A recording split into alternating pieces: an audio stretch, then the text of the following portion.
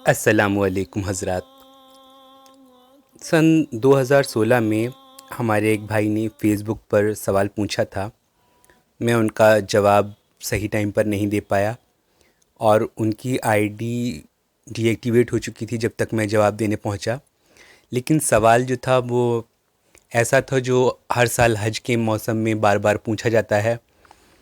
तो मैंने सोचा कि क्यों ना मैं इसका वीडियो भी बनाकर डाल देता हूँ, ताकि ये सवाल जो है यूट्यूब पर भी सर्च करने पर इसका जवाब मिल सके।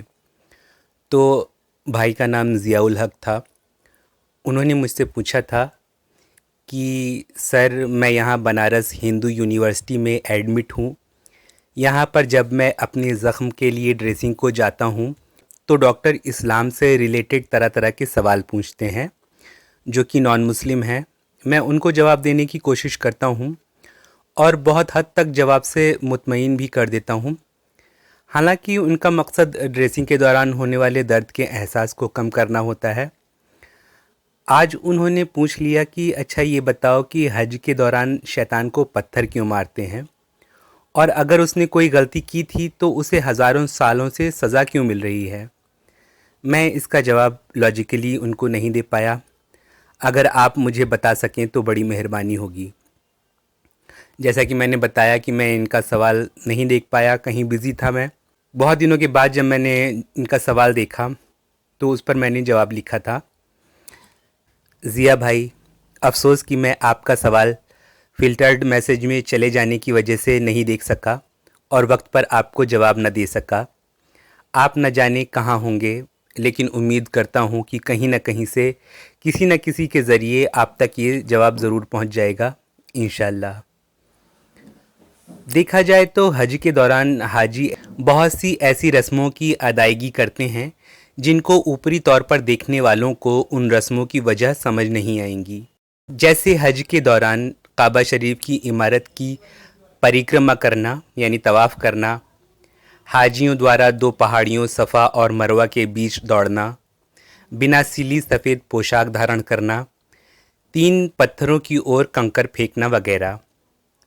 न जानने वालों को बता दूं कि ये तमाम क्रियाकलाप जो मुस्लिम हज के दौरान करते हैं, दरअसल इनकी वजह आध्यात्मिक है और ये अल्लाह के नबी हज़रत इब्राहीम अलैहिस्सलाम के साथ पेश आए हालात की रिक्रिएशन करना है, जिसके ज़रिए अल्लाह के उन महबूब बंदे की याद ताज़ा की जाती है।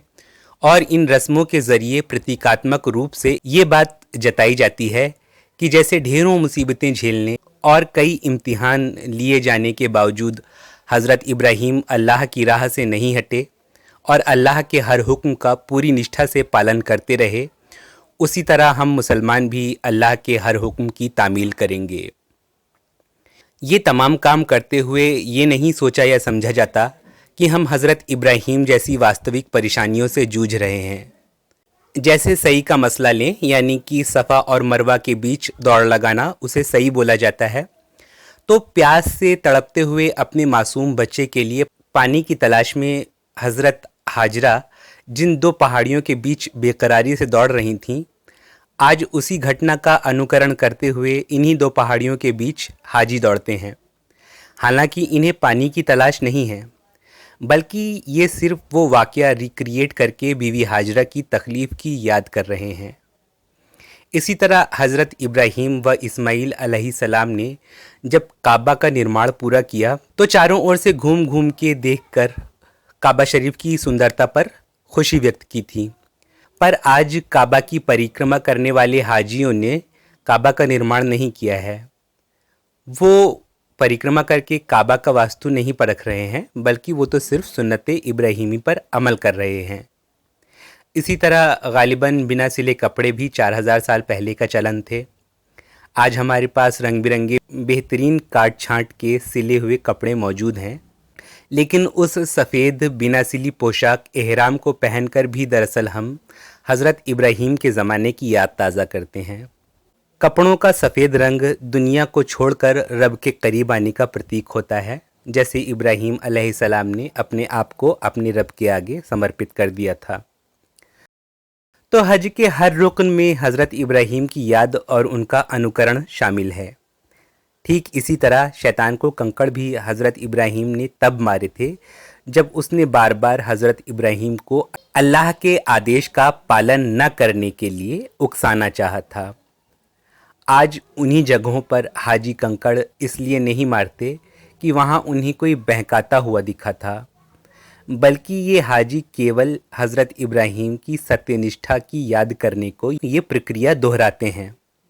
यहाँ किसी से ये अपेक्षा नहीं की जाती कि वो उन पत्थरों में या उसके आसपास शैतान का वजूद या शैतान का घर माने, बल्कि इस पूरे प्रोसेस और गैरों को अजीब और बचकानी लगने वाली रस्मों को अदा करते हुए बंदा अपने जहन में इसी अज़्म को पुख्ता करता रहता है कि ए अल्लाह, तेरे हर हुक्म को हम मानेंगे, तेरे अहकाम की अदायगी में रुकावट बनने वाली हर बात की मुखालिफत करेंगे, जैसे हज़रत इब्राहीम अलैहिस्सलाम ने की थी, और शैतान से उसी तरह दुश्मनी करेंगे जैसे हज़रत इब्राहीम अलैहिस्सलाम ने की थी। अल्लाह हमारी इबादतों को कबूल फरमाए, हमारे गुनाहों को माफ़ करे और हमें अपनी पनाह में ले ले। इसी दुआ और इसी भावना के साथ हाजी हज के हर अरकान को पूरा करते रहते हैं। शुक्रिया। अल्लाहु अकबर, अल्लाहु अकबर, अल्लाह